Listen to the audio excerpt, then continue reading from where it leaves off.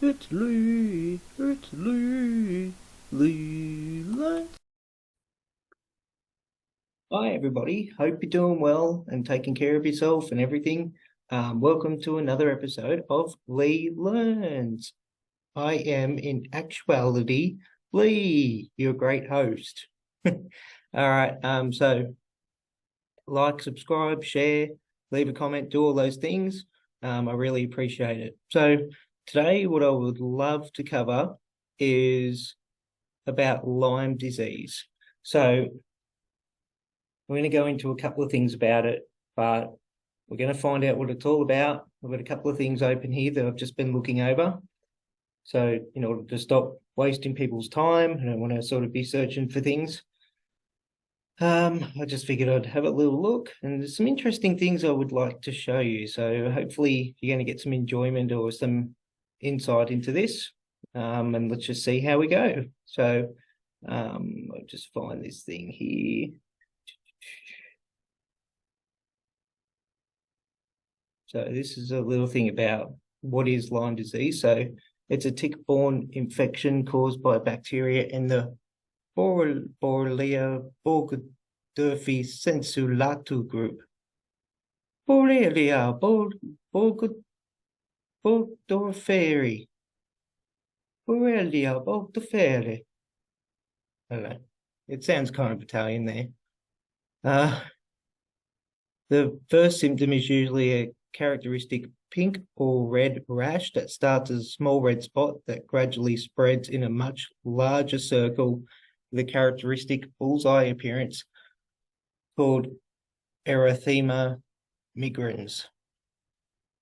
This normally happens when 3 and 32 days after being bitten by an infected tick.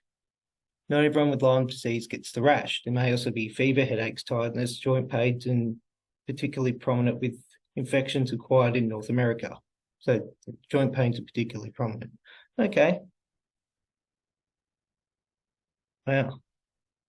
So basically, so through the tick, my grandfather actually used to get ticks. I'm not going to say where. It's not in. He did get a few, well, because they had bush at the back of the house, so I'm not going to go into it. But yes, though he used to get them a lot when he'd go down there and mow the lawn.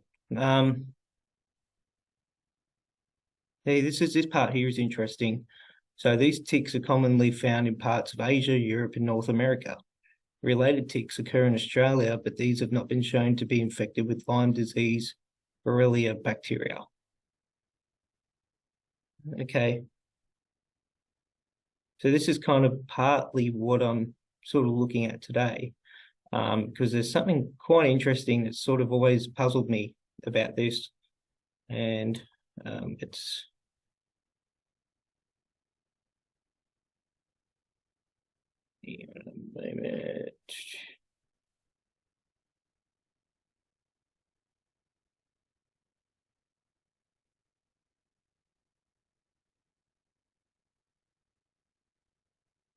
that's the one.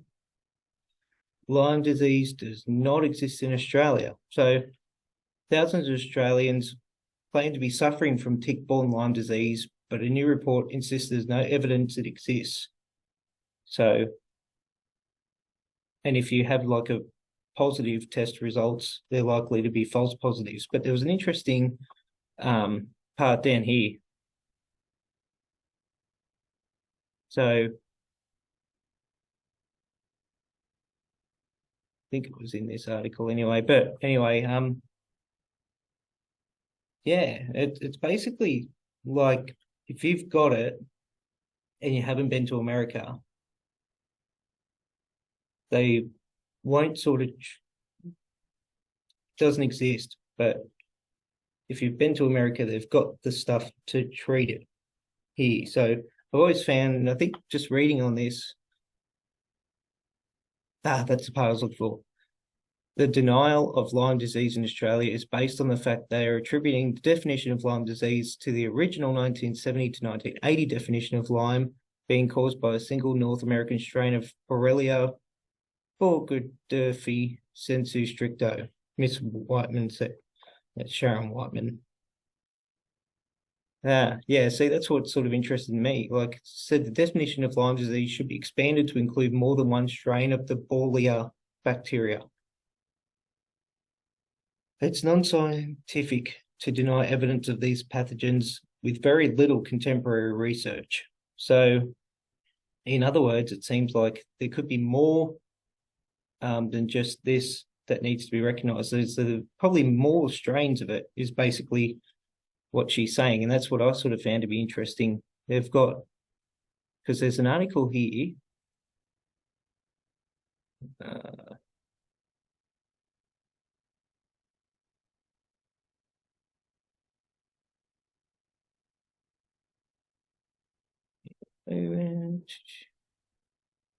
this one. Tanya lives with Lyme disease. It's one of the few cases Australian doctors will believe. So they will believe this one. This is her, Tanya Dupang. For 7 years, Tanya lived with the symptoms that doctors couldn't put their finger on: fatigue, extreme pain, poor concentration, brain fog, low-grade fever, issues with her muscles. One neurologist suggested she may have MS or multiple sclerosis. And then someone mentioned the tick-borne illness, Lyme disease. Everything clicked for Tanya. I guess it ticked all the boxes. Bit of a pun there. So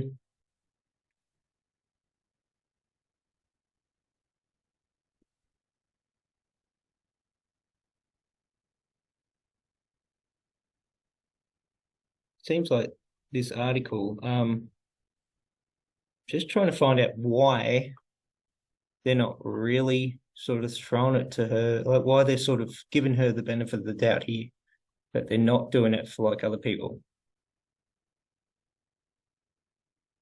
Australian medical community's resistance claims the disease occurs locally, makes diagnosis and treatment. So it's an accepted case, but they're still sort of like, eh. There we go. I just missed that. So she was bitten by a tick while working in the US. That's sort of why that goes back to the point. So if it happens overseas in America or somewhere else, they've got the gear for it, so it all goes fine. Um,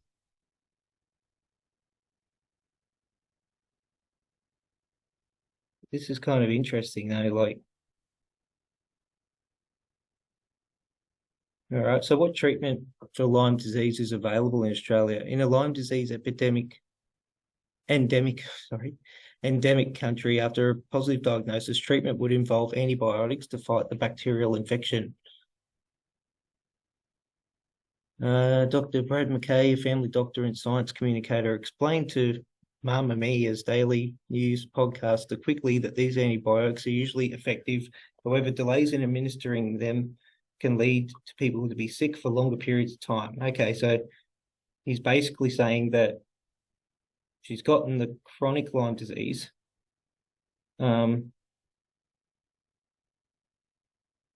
Still fictitious diagnosis. It's not that term is sitting in your body chronically. It's also set up a long-term inflammatory process which give people all sorts of horrible symptoms. But see, people like Tanya would have, yeah, like she'd be bitten. She'd gotten the tick when she was overseas, and of course that's led to other things, right? That's basically what he's saying, isn't it? So I don't know if it's sort of. He seems chronic Lyme disease is fictitious because they still don't recognise the chronic Lyme disease thing here. It's not really a thing here.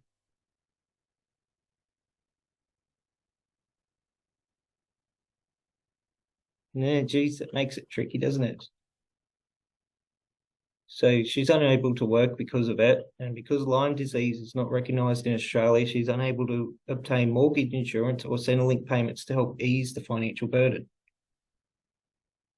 You think that they would have something there just in case? I mean, there's things that exist different places, but that we know of. Um,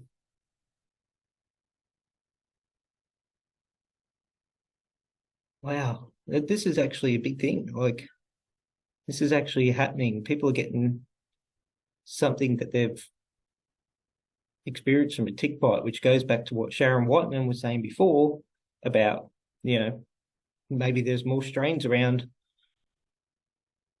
I don't know. Made clear there will be evidence-based care model, of course. So if the evidence still shows that there is no bacteria that causes Lyme disease present in an Australian-based vector like a tick or a mosquito, then they have to base their response to that. See, mosquito is another thing that carries the Ross River virus and everything. Definitely something that should be looked at.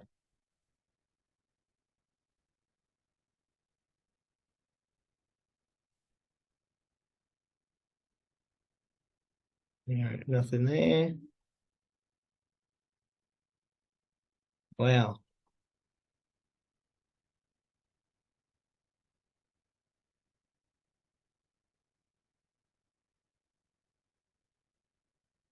Okay, here we are. Even the most vocal no Lyme disease in Australia medical professionals agree that Australian ticks carry a plethora of pathogens, most not researched in humans. The problem isn't lack of evidence, it's a lack of prioritized research. Wow, okay.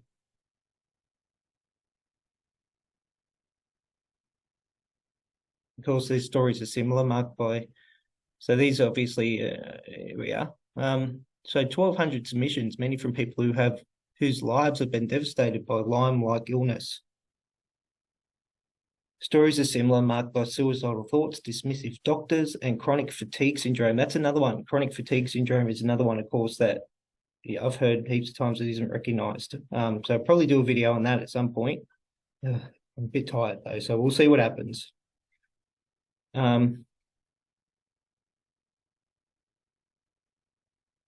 So that's something that I've just been interested in. I'm interested to see if anybody out there has had Lyme disease or if that lives in Australia. Maybe you don't, maybe you live somewhere else. What's it? I guess the treatment in the places where it's recognised would be a lot better, judging by what I've read. Yeah, just interested to see what other people think about it. Yeah, so let me know. Comments, yeah, feel free. I appreciate that. Yeah, again, hope you're all doing well. That's me for today. I will chat to you all later on. All right, thank you. Bye.